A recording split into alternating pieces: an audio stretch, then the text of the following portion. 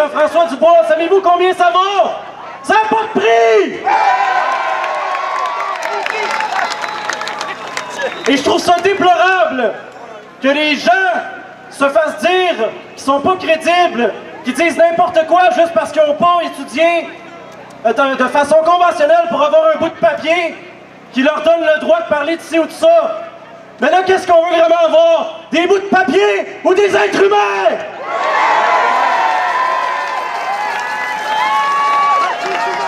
Et c'est pas normal que quelqu'un qui n'ait pas un bac ou qui soit pas certifié avocat en sache plus ou ose plus en dire que ceux qui sont officiellement certifiés.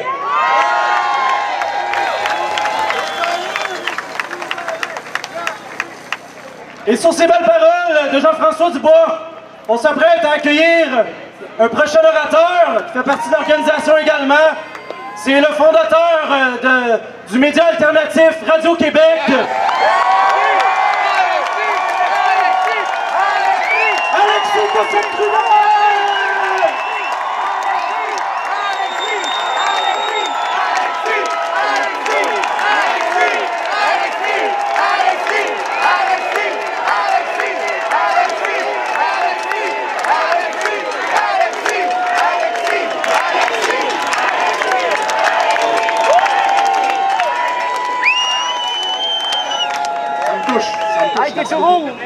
Ça me touche. Là, je voudrais vous remercier, vous, de vous être présentés aujourd'hui, parce qu'il y a eu des tentatives de nous démobiliser, puis vous voilà ici avec nous ensemble. Bravo!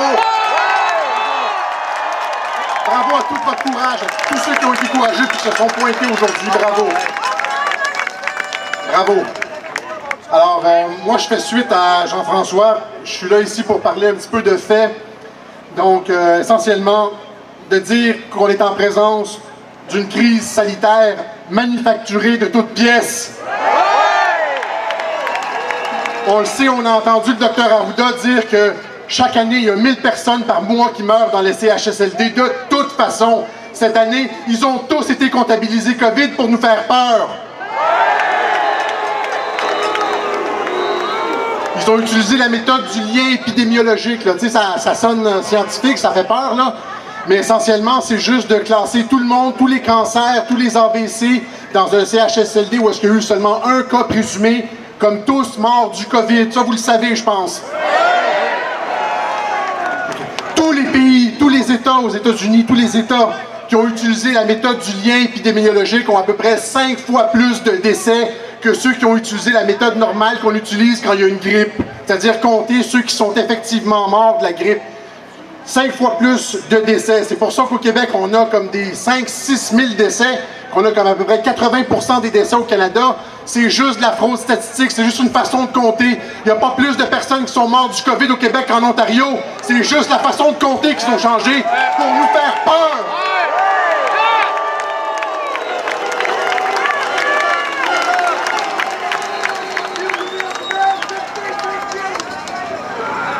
Dans beaucoup des pays, dans beaucoup des États qui ont utilisé la méthode du lien épidémiologique, maintenant on commence à revoir à la baisse ces chiffres-là.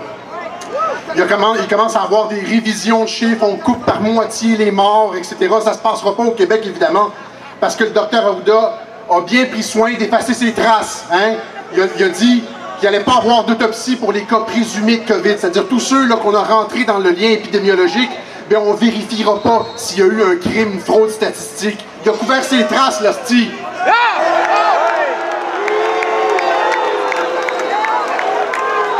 Et ça serait intéressant que la police enquête là-dessus aussi.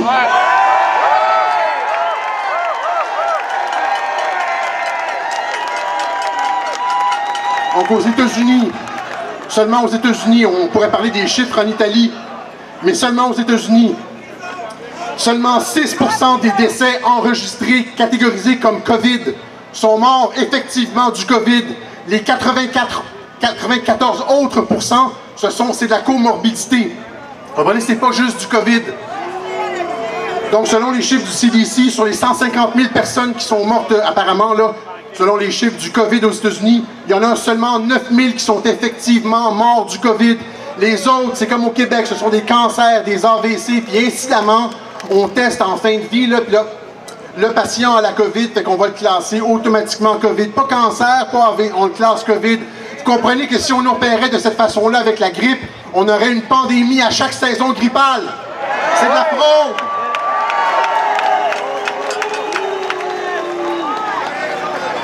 Le COVID n'est pas une maladie dangereuse. Est-ce qu'on porte exactement comme tous les virus respiratoires que l'humanité a rencontrés? Ça arrive pendant l'hiver, ça s'attaque aux personnes faibles, aux personnes qui ont des conditions médicales graves, puis ça disparaît au printemps, comme ça a disparu au printemps, puis ça revient pas.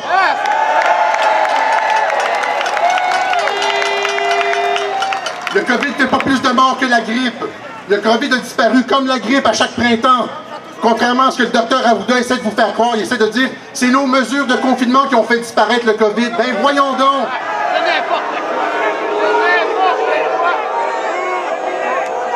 Ça fait 3 mois que l'épidémie est terminée, mais les médias et le gouvernement continuent à nous embrigader dans un système de contrôle social toujours plus contraignant, en faisant croire frauduleusement au public qu'on est toujours dans une pandémie dangereuse.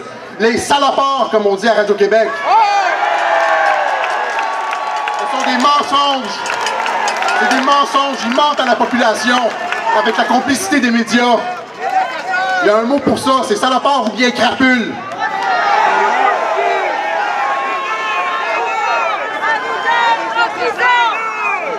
Ouais, assassin aussi, hein, en tout cas, ça resterait à être prouvé. C'est à la police de faire son travail pour ça. On n'ira pas jusque-là en public, là. Entre nous, on sait c'est quoi.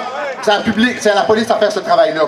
OK? Les autorités sanitaires nous ont fait peur avec le virus pour nous assigner à résidence. C'était juste pour 2 semaines, pour aplanir la courbe. Ils nous ont finalement incarcérés pendant 2 mois en nous mentant, pendant qu'ils faisaient le ménage dans les CHSLD avec des politiques de santé publique désastreuses et délibérées.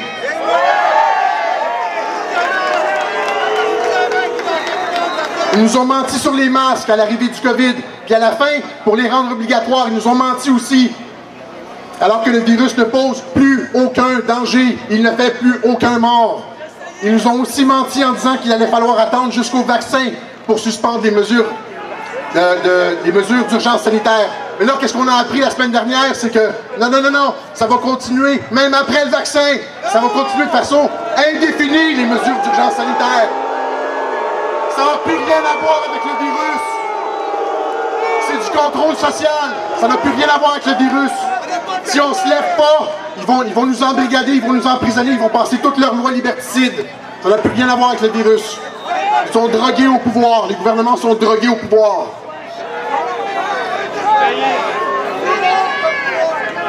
Contrôler la population, contrôler socialement une population par la peur, en créant artificiellement une crise, c'est la définition classique de la dictature et de la tyrannie. C'est ça la définition de la tyrannie. C'est ça qu'on voit au Québec.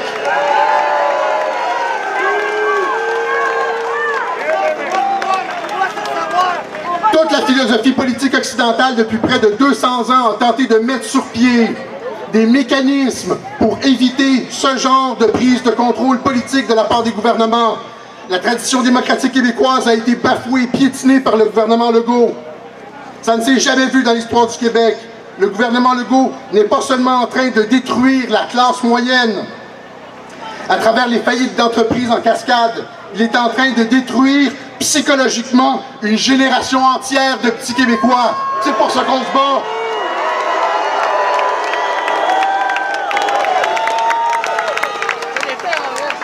Surtout considérant le fait avéré que le virus est 10 fois moins dangereux que la grippe pour les tout-petits.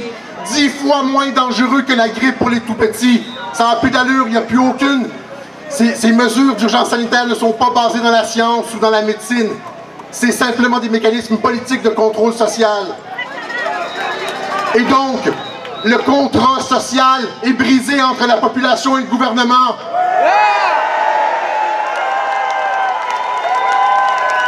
C'est pour ça qu'on demande l'aide de la police.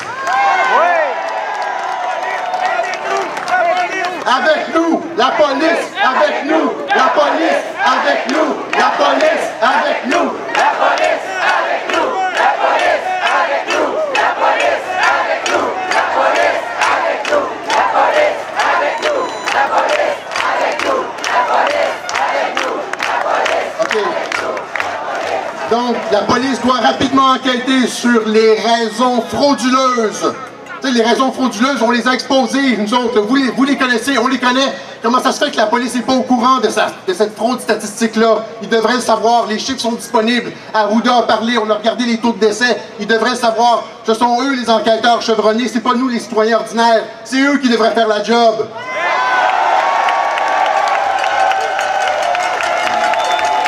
Donc la police doit rapidement enquêter sur les raisons frauduleuses qui ont mené à la suspension indue de nos droits et libertés. De faux prétextes ont été mis de l'avant pour museler la population, pour nous faire passer dans un système politique totalitaire. La police doit résister à ce coup d'État en douce et respecter leurs promesses de servir et protéger. Comme les médecins se doivent de respecter leur serment d'Hippocrate et de permettre la chloroquine.